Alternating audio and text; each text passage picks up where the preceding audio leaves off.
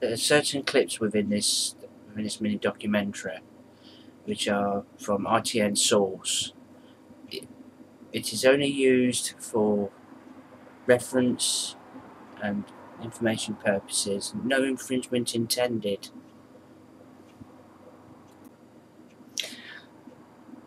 Hello guys, and welcome to the Retro Computer Kid Chris channel. I'll do something different from now on. Every system I'll be getting, I'll be doing like a mini documentary. So here we go. Today's documentary is mini documentary is about the Amstrad. Quand on est accro, on en veut. Ouais. Avec l'Amstrad 6128, le micro-ordinateur complètement très bien, vous avez la totale. Hello. Apprendre l'anglais sans se prendre la tête. Se tirer la bourre avec les potes. Exploser la chetrouille du premier qui bouge. Et pour tirer dans tous les coins, l'Amstrad 464, avec son pistolet, sa manette et 6 jeux. Amstrad, une gamme d'ordinateurs complètement très bien, à partir de 1990 francs. Pour les accrocros. Encore plus délire, l'adaptateur Pour télé. regarder la télé sur votre Amstrad couleur. L'adaptateur, plus une manette, plus 7 jeux, 990 francs. Magique. It's quite a funny animation. Maybe even in the 80s it's not laughable, but it's comedy, the family of alligators. That it was aimed at children, the computer was, so that's Amstrad had the right idea. Right, just looking over the actual Amstrad itself, the keys were very much, sorry if you can see my tobacco in the way, I do apologise. It had a pretty similar layout to any normal keyboard, traditional QWERTY keyboard. Unfortunately this one's not very clean. I've tried cleaning it, but I've done a bit too much and it's just wore the shift key out of the way. But traditional keys like a key finger, the keyboard letters there, and you got the function keys. Well, they're right on the right hand side, sorry. This computer's chipset was a Zilog Z80, and it had various sort of sound bits and pieces in it. Anyway, you got a really good sound card, really good sound chip on there, and you had all the colour chart. So if you're designing a program and you want to know what colour you have to cyan or green, you know you got a good colour chart there.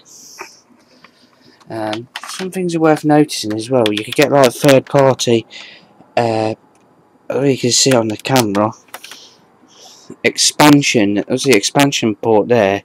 You had a printer port, which I used to have a dot matrix printer, and there's a second disk drive if you wanted to copy games. I know it was illegal, but you could copy games. The only downside that I found to the Amstrad is you couldn't use an aerial lead to plug it into your telly. It was only made for the monitor screen, so you'd get all the power from the monitor screen. But saying that though, there was an MP1 modulator, which was like a separate box, like a power pack. It was a power pack, but you had a video going in there. You could plug it into there, and then out from that, I think would be an aerial lead. But don't get me right, it's a good computer. And then I think in the 90s, they repackaged it or changed all the layout on it to make it look modern, which it was, to be honest with you, it made it look cheap to me. That's how it made it look. It made it look cheap. The plus range. The only thing, to be honest with you, yeah, there was a couple of enhancements on the circuitry, and that's pretty much it. As well as an extra cartridge you could plug onto the side. That were good, had its things.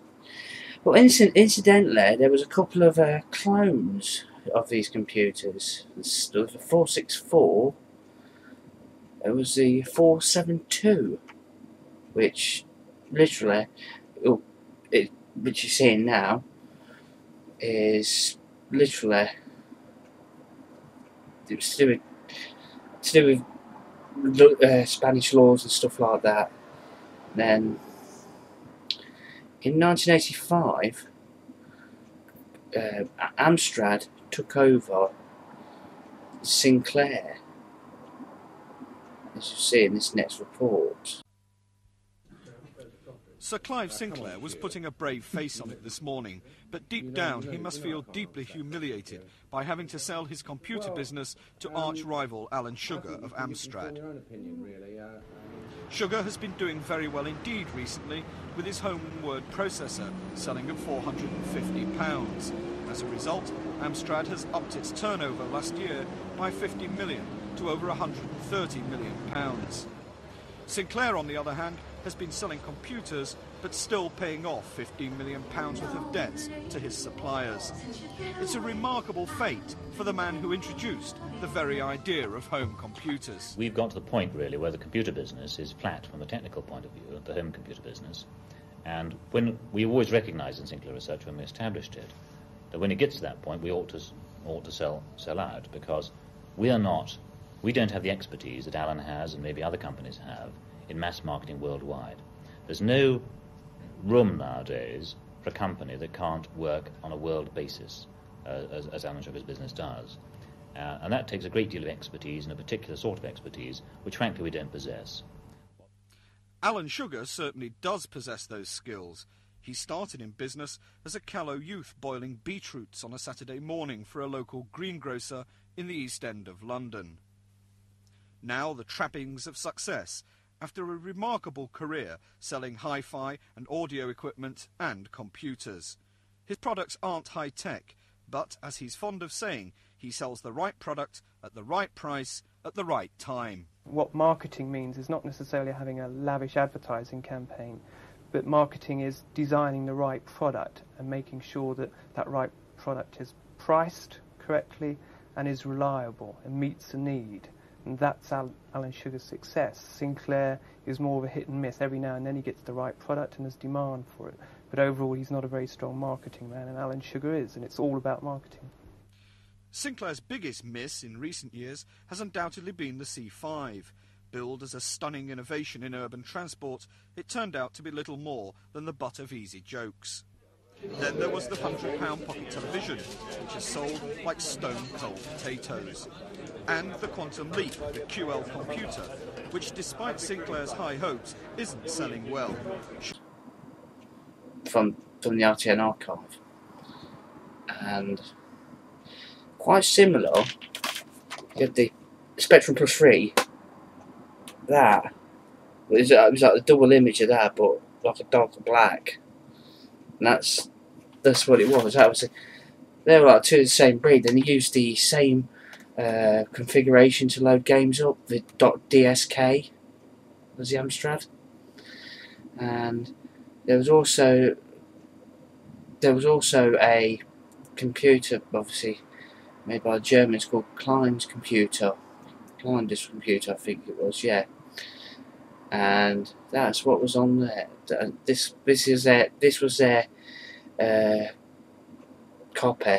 How they cloned it, and you could actually, it was still compatible. Then you had obviously the GX4000, which was unsuccessful. They tried to break into the market. Really, what they should have done is gone for like a 16-bit, and it would have competed. 8-bit. I know it's easy saying that, but and that's about it, really. All the history about the Amstrad. This was Alan Sugar's creation, and he succeeded. It ended in 91,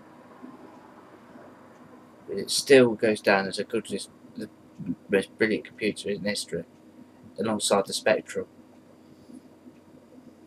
Anyway, thanks for listening.